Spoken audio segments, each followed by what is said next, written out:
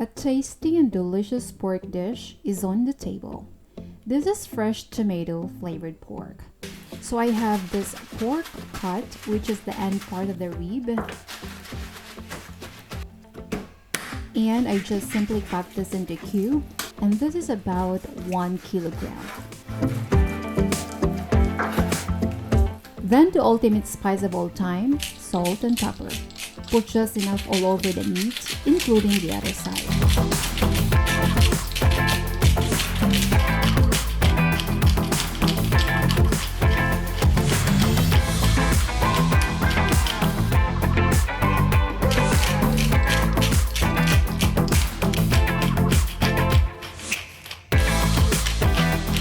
Set it aside first as I'm preparing the ingredients. I'll start by mincing the garlic.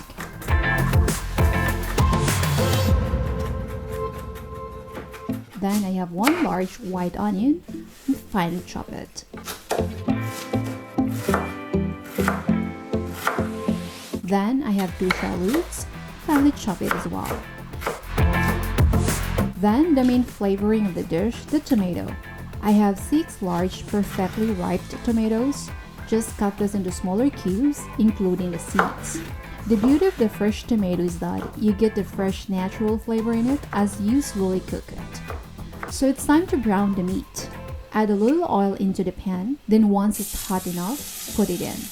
Brown the pieces on both sides.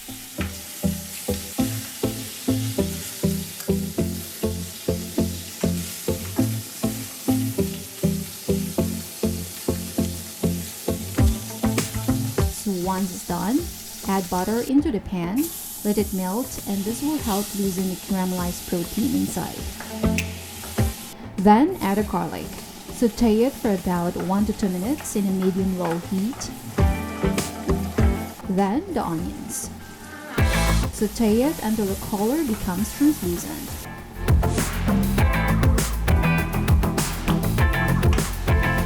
Then the chopped tomatoes. Saute it until tomatoes become softer, maybe 3 to 4 minutes.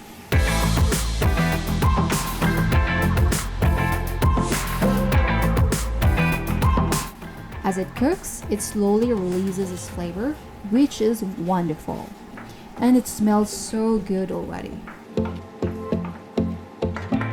Then, add a bay leaf. It helps enhance the flavor of the dish by its beautiful aroma. Then, add beef stock, or in my case, I'm using plain water, just enough to cook the meat, and I'll just add 1 beef broth cube. Then add a little bit of salt and pepper.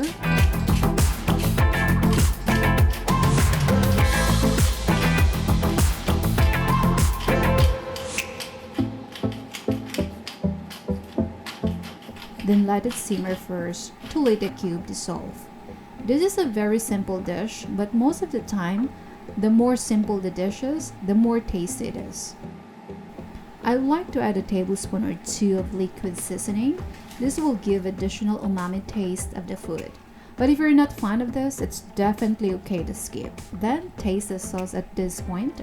It tastes good already, but the final tasting is done later.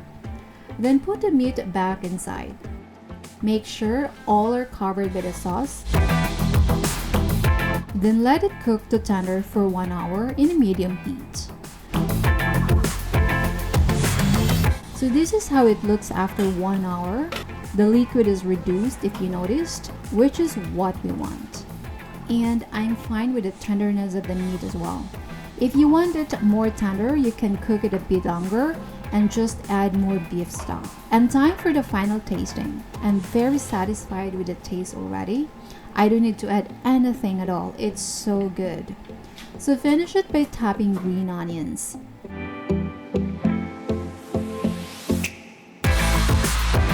Then on the plate, best paired with rice.